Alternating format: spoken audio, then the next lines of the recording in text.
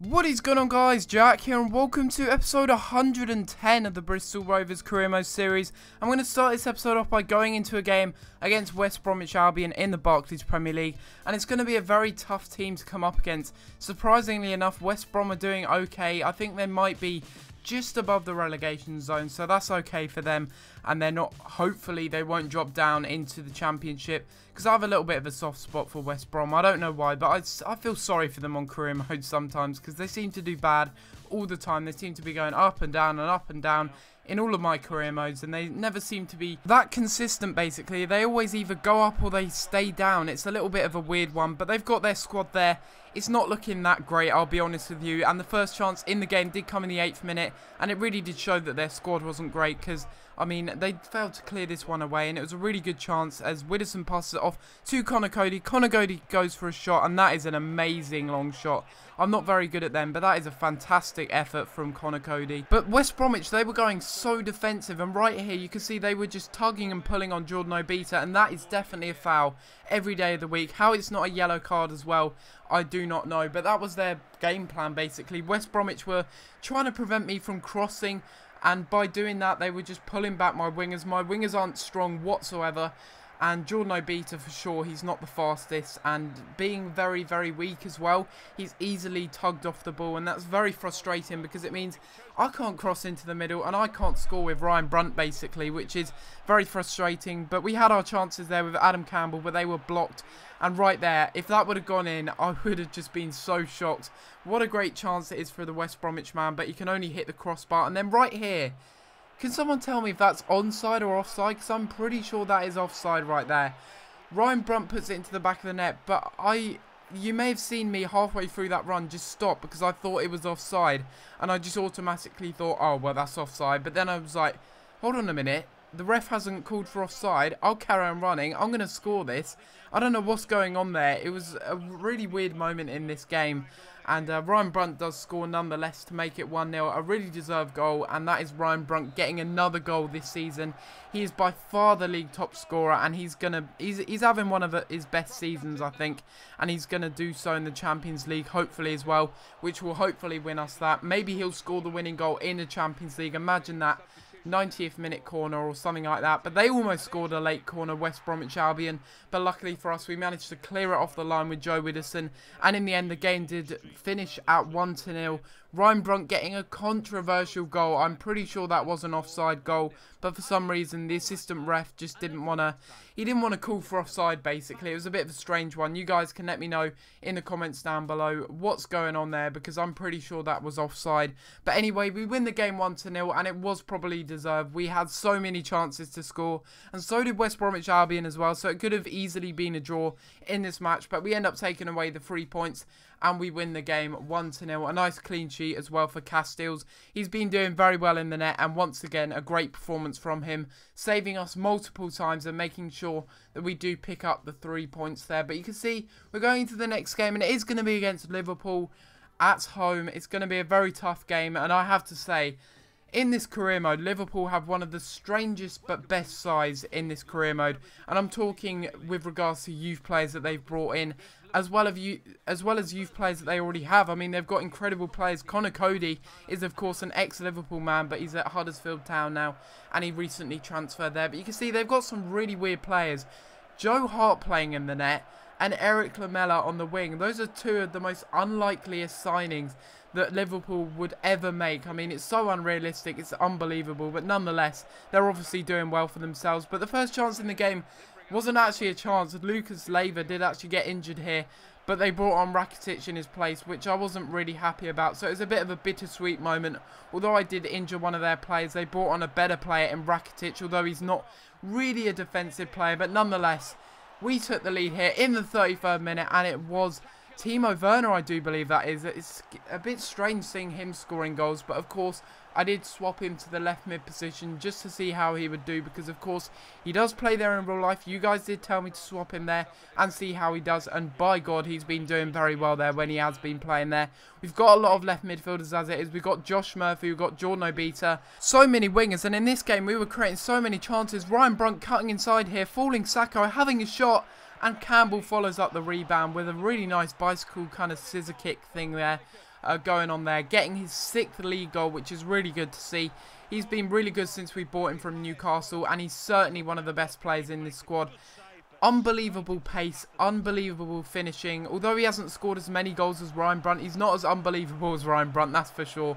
And it's a bit strange, really, because I think Ryan Brunt, I don't know why, but he's just better. I mean, he has worse stats, completely worse overall than Adam Campbell, but he's just scoring twice as many goals. He's contributing twice as much. It's a bit strange, really, but nonetheless, Adam Campbell's doing very well, and he's not being outshunned whatsoever by Ryan Brunt's performances, because he's doing alright himself for sure, and Ryan Brunt is just inhumane. That's probably the best way to put him, because scoring that many goals on world class, you know, at this stage in the career mode is just unbelievable.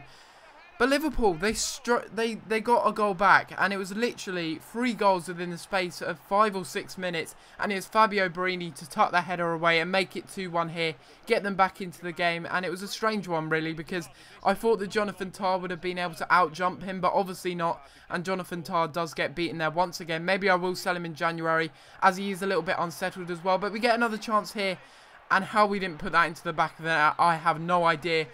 But a penalty was given. I couldn't believe it. It was handball once again. And turning on handballs just seems to be a really, really good thing for me, because it means that it makes the game a little bit more interesting. There's more penalties, and it makes it a little bit more realistic, basically, because handballs are a thing in real life, so why not have them in FIFA as well? Although they can be frustrating sometimes in matches. We get a really good chance here. We're going to give it to Ryan Brunt, even though Campbell has better penalties. I trust Ryan Brunt, basically. He's just a proven goal scorer.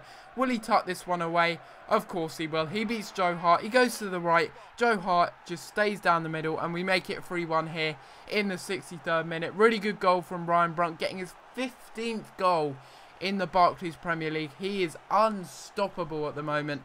And to be honest, that is a much better penalty than 74. I mean, come on, EA. Upgrade his penalties, for God's sake. He's just absolutely incredible. And I'm very sad, because he's not going to be on FIFA 15 unless they add in the Conference League, which is very unlikely, actually, unless you are on PC, which I'm not on PC, obviously. I'm on Xbox. But Eric Lamela, he tucked that one into the back of the net very nicely after Liverpool, with a bit of passing, I guess, around the box and just finding the space. Eric Lamela puts it into the back of the net and puts a bit of pressure on us. You know, we've got to get that 2-goal lead back again, that 2-goal cushion, which is ever so important in career mode, because you never know what will happen in the later stages of the game. You know, the 90th minute stuff that, you know, some people call it scripting. I just call it playing bad and under pressure in the 90th minute, because that's what it is. If you can't defend in the 90th minute and you get scored on time after time after time, it's a mental thing. It's not EA, it's a mental thing. I'm really tired of people just blaming EA and everything, because it's obviously not that. It's your fault.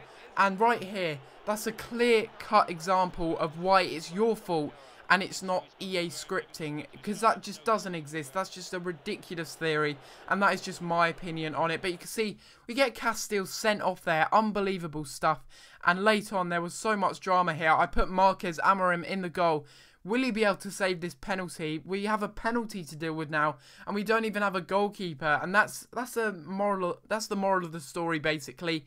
Always put a goalkeeper on the bench, because now I was faced, well, I don't even think I'd even be able to put him on, because I had no subs left. So even if George Long was on the bench, he wouldn't have even be able to come on, sorry. And right here, Eric Lamela steps over on the penalty spot. Will he be able to get his 2nd goal of the game? Will he be able to level it up very late on in the game? This is the 90th minute. Can Amorim be the hero here? We'll wait and see. Eric Lamela steps up, he shoots, and unfortunately he scores.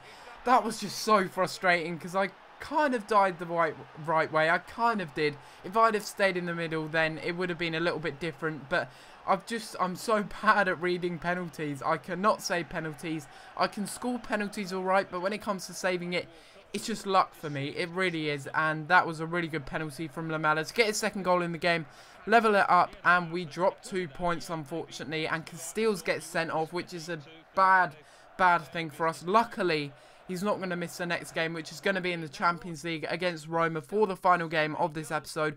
But he will be missing the first game in the next episode, in episode 111, where we are on, I think we're going to be facing Tottenham actually. So that is going to be a real blow for us. We're going to have to put George Long in the net. Hopefully he'll do just as good as Casteels would have done if he hadn't have got sent off in that game. That was completely my fault. Shouldn't have brung out the keeper and got a red card for taking out Sterling. But you can't cry over spilt milk. You just got to live and learn and hope that you just won't do it again. Make that silly mistake again. It was just panic basically coming out with my keeper. But into the next match and the final match of this episode. It's going to be against Roma. And it looks like, you can see we're in second place there. We've won 2 matches, drawn 1 and lost 1. We're on 7 points. Barcelona are on 9. And Roma are more importantly on 3 points, which means if we can win this match, we are guaranteed to get through. And right here, early on in the game, Ryan Brunt gets put through by Jordan Obita, and that is a really, really good goal. I mean, he scored some incredible, cracking long shots in his career, but that is one of the most important goals that Ryan Brunt is ever going to score.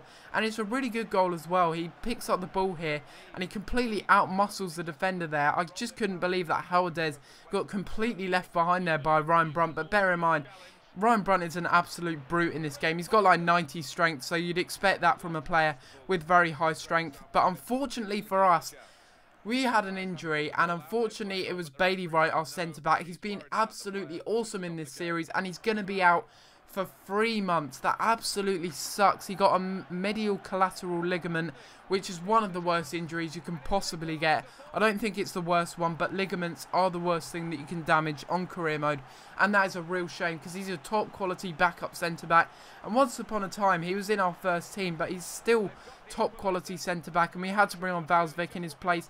And unfortunately for us, Javinho did score in the second half there to level up the game.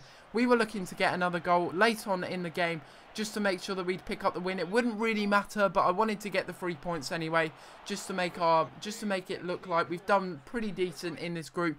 And it's Jordan Obita. Actually, no, I think it's Lazaro who steps up for this corner. Will he cross it in? Will we get a late goal that will put us in front here? We'll wait and see. We cross it into the middle, and it's Valsvik to win the header and put it into the back of the net. He finally gets his first goal in a Bristol Rovers shirt after being here for almost a whole year, and he hasn't even scored. He's always hit the crossbar, or his head has just gone over the bar, and he's been very, very disappointing at corners and set pieces. He's never really done that great, but right there he got a really important goal there. And out of all the times I would have wanted him to get his debut goal for Bristol Rovers, it would have been then, just to get us the 3 points in this match and make sure that we'd win the game and we'd progress in the Champions League. Absolutely incredible stuff.